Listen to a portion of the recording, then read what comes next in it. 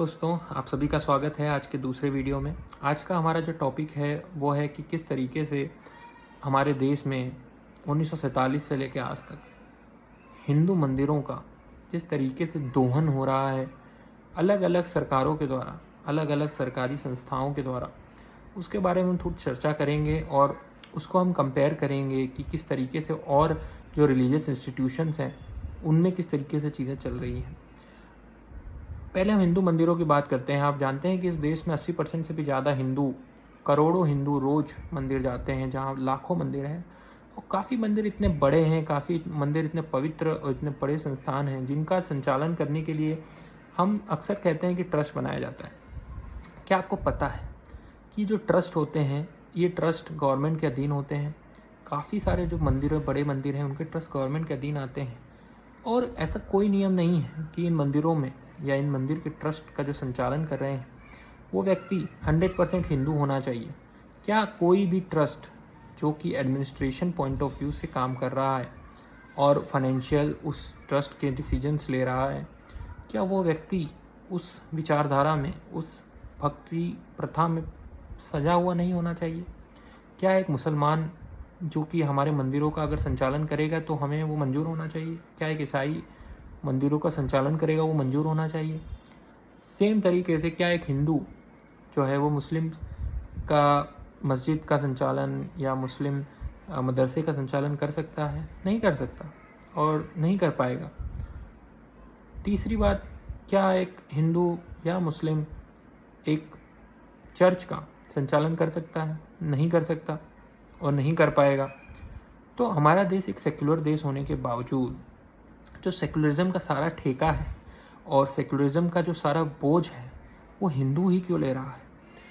आपको पता होगा अभी तमिलनाडु विधानसभा में वहाँ के मुख्यमंत्री विजय जोसेफ ने एक स्टेटमेंट दिया था कि वहाँ की सरकार जो है कुछ करोड़ रुपए, 200-300 करोड़ रुपए का एक प्रोजेक्ट चला रही थी जो कि मंदिरों से पैसा लेके वो प्रोजेक्ट की घोषणा की थी। क्योंकि तमिलनाडु में आपको पता है एक डिपार्टमेंट है जो कि इस तरीके की गतिविधियों में इन्वॉल्व है, एक सरकारी डिपार्टमेंट। तो उन्होंने मना किया। उन्होंने कहा कि मंदिर का पैसा मंदिर में लगना चाहिए, मंदिर के कामों में लगना चाहिए, भक्तों के लिए, उस मंदिर की साफ़ सफाई या उस मंदिर का जो जीर्णोद्धार है उसके मेंटेनेंस के लिए लगना चाहिए, ना कि वो सरकारी चीज़ों में उसका इन्वॉल्वमेंट होना चाहिए। पर ये एक अच्छा निर्णय था। सेम आंध्र प्रदेश के जो चीफ मिनिस्टर हैं उन्होंने अभी जब सरकार में आए 2024 में, उन्होंने भी एक डिसीजन लिया कि वहाँ के मंदिरों में अगर आपको ट्रस्ट में रहना है या एडमिनिस्ट्रेटिव बॉडी में रहना है तो आपको हिंदू होना अनिवार्य है। पर ये डिसीजन और गवर्नमेंट कब लेंगी, केंद्र सरकार ये डिसीजन कब लेगी कि हमारे जो हिंदू मंदिर का जो दान है, जो कि भक्त भगवान को सीधा दे रहा है, भक्त भगवान के लिए दे रहा है, भक्त अपने समाज के लिए दे रहा है, वो पैसा कब समाज के लिए लगना चालू होगा?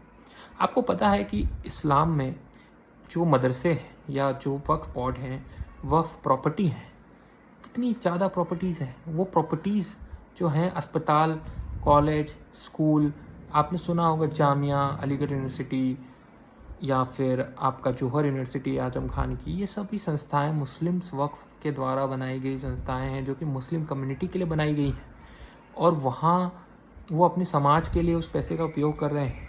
और हमारे समाज में इतना पैसा होने के बावजूद, इतना मंदिर में सोना, इतना धन चढ़ने के बावजूद उस पैसे का दोहन सरकारें टैक्स के रूप में कर रही हैं, अपनी योजना चलाने के लिए कर रही हैं।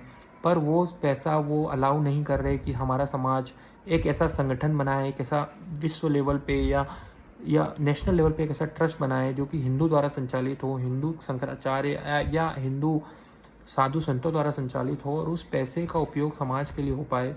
वो सरकारें नहीं होने देना चाहती। इवन 2014 के बाद जब हम मानते हैं कि सो कॉल्ड हिंदू आज हम पे राज कर रहे हैं या हमारे गवर्नमेंट में हैं, वो भी इस दिशा में कुछ काम करने के लिए इंटरेस्टेड नहीं है। वो तो इस तरीके से अगर आप देखेंगे तो वक्फ अपना काम अपने धर्म के हिसाब से कर रहा है, ईसाई अपना काम अपने धर्म के हिसाब से कर रहे हैं और हमारे मंदिरों पे अभी भी सरकार का जो कंट्रोल है वो अविरत चल रहा है, उस पर कोई रोक नहीं है। सुप्रीम कोर्ट के बार बार कहने के बावजूद कि आपका जो हद है वो आपको पता होना चाहिए एज अ गवर्नमेंट कि आप कितने हद तक किसी के भी रिलीजियस एक्टिविटीज़ में इन्वॉल्वमेंट रख सकते हैं। आर्टिकल 26 इस देश में फ्रीडम ऑफ फेथ देता है, आपको अपने हिसाब से अपनी संस्थाएं में अपने धार्मिक चीज़ों का फॉलो करने की प्रैक्टिस देता है, पर उसी आर्टिकल 26 में कुछ प्रावधानों का हवाला देते हुए गवर्नमेंट उसमें सेकुलर इंटरवेंशन करते हुए हमारे चीज़ों पे नज़र रखने के लिए ये सब चीज़ें कर रही है। हम उसके अगेंस्ट नहीं हैं कि गवर्नमेंट हमारी संस्था, हमारे मंदिर हैं, उसकी ऑडिट कराए, उसके ऊपर अगर कुछ करप्शन चार्जेस हैं वहाँ अकाउंटेबिलिटी तय करे, और पुलिस व्यवस्था के लिए गवर्नमेंट की यूज़ होना चाहिए। पुलिस व्यवस्था दे एक तरीके से, अच्छे तरीके से सुचारू व्यवस्था हो, पर गवर्नमेंट का कंट्रोल मंदिरों के फाइनेंशियल चीज़ों पे होना ये बिल्कुल अनएक्सेप्टेबल है। ये नहीं होना चाहिए और ये स्वीकार नहीं किया जाएगा और नहीं किया जाना चाहिए, इसमें कोई शक नहीं होना चाहिए। कोई भी गवर्नमेंट ये तय नहीं कर सकती कि भक्तों द्वारा दिया गया धन इस देश के लिए अलग अलग चीज़ों में लगे, जो कि नहीं लगना चाहिए। वो समाज के लिए दिया गया धन है, वो भगवान के लिए दिया गया धन है, समाज के काम आना चाहिए, वो समाज, हिंदू समाज के हित में लगना चाहिए।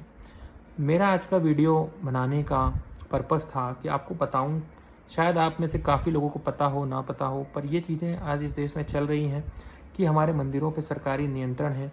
उसको हटाने के लिए हमें लिखना होगा, हमें बात करनी होगी, हमें संवाद करना होगा, सरकारों से अनुरोध करना होगा, याचना करनी होगी।